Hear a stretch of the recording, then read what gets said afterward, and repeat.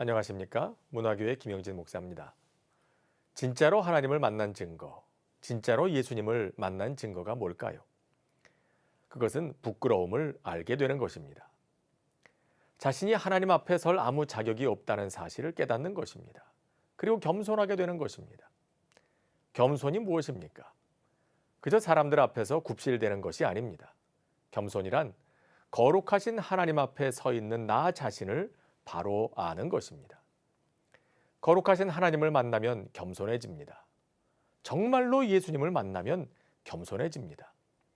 그리고 그 사람은 사람들 앞에서도 겸손해집니다. 자신이 스스로를 높일 아무 이유가 없음을 알기 때문입니다.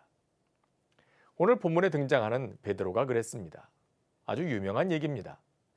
밤새도록 고기 한 마리 잡지 못한 베드로가 예수님의 말씀을 따라 깊은 곳에 가서 그물을 내렸더니 그물이 찢어지도록 많은 물고기를 잡게 됐다는 얘기입니다.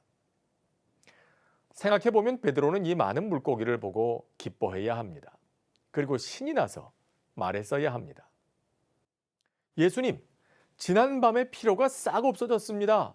한 번 더 하시죠. 이번에는 더 깊은 곳으로 가시죠. 그런데 뜻밖의 베드로는 예수님 앞에 엎드립니다. 그리고 말합니다.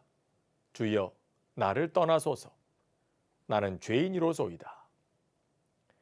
베드로는 지금 그 앞에 서 있는 예수님이 거룩하시고 전능하신 하나님이심을 알게 됐습니다. 그리고 그 앞에 도저히 설 수 없는 부정하고 연약한 자신을 보게 됐습니다. 그래서 부끄러워졌습니다. 자신은 이 예수님 앞에 감히 얼굴을 들고 서 있을 수 없는 죄인임을 깨닫게 된 것입니다. 그래서 말합니다. 주여, 나를 떠나소서. 나는 죄인이로소이다. 여러분, 우리는 진실한 사람 앞에 서면 나의 거짓됨이 부끄러워집니다. 순수한 사람 앞에 서면 나의 더러움이 부끄러워집니다. 하물며 거룩하신 하나님 앞에 서 있다면 우리의 부끄러움이 얼마나 더하겠습니까? 그래서 선지자 이사야도 환상 중에 거룩하신 하나님을 뵙고 이렇게 부르짖었던 것입니다. 화로다 나여 망하게 되었도다. 나는 입술이 부정한 사람이요 입술이 부정한 백성들 가운데 거하면서 만군의 여호와이신 왕을 배웠음이로다. 여러분, 혹시 아직도 내가 대접받을 자격이 충분하다고 생각하고 있다면, 혹시 나는 항상 옳다고 생각하고 있다면, 혹시 누군가에게 잘못했다고 미안하다고 말하기가 어렵다면 나는 어쩌면 예수님을 진짜로 만난 것이 아닐지도 모릅니다. 정말로 예수님을 만났다면, 정말로 거룩하신 하나님을 만났다면 베드로처럼 고백할 수밖에 없기 때문입니다. 주님, 나는 죄인입니다. 나는 주님 곁에 있을 자격이 없는 사람입니다. 그럼 주님은 어떻게 하실까요? 이렇게 말하는 베드로를 정말 내치셨을까요? 그래, 이제 알았니? 내 앞에서 물러가거라. 너같이 부정한 인간은 내게 어울리지 않는다. 그러셨을까요? 그렇게 베드로를 심판하시려고 하나님의 권위로 베드로를 굴복시키신 것일까요? 아닙니다. 오늘 성경을 보십시오.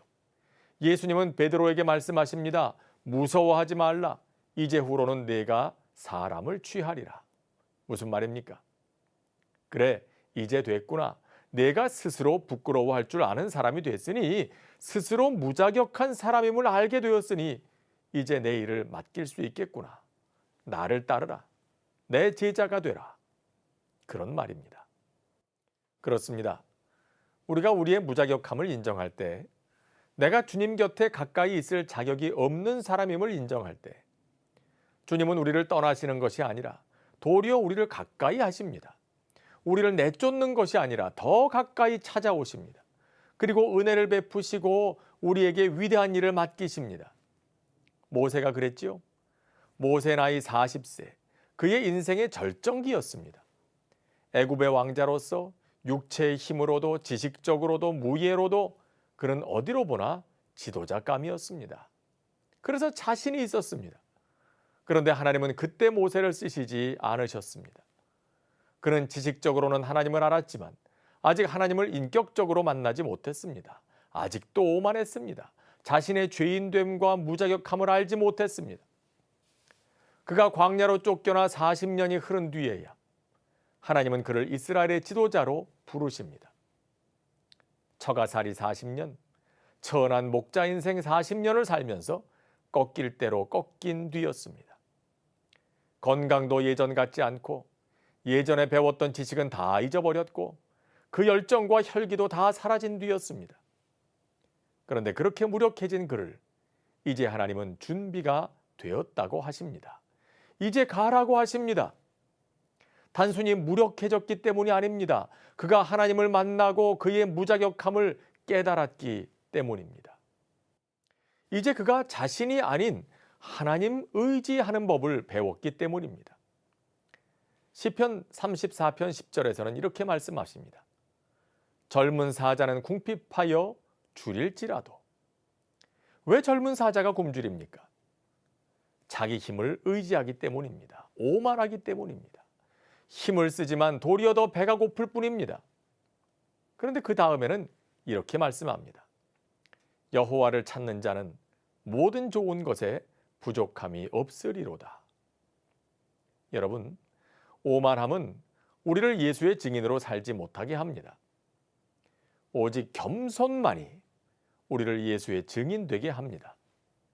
겸손만이 우리 안에 하나님의 능력, 하나님의 은혜가 머물게 합니다.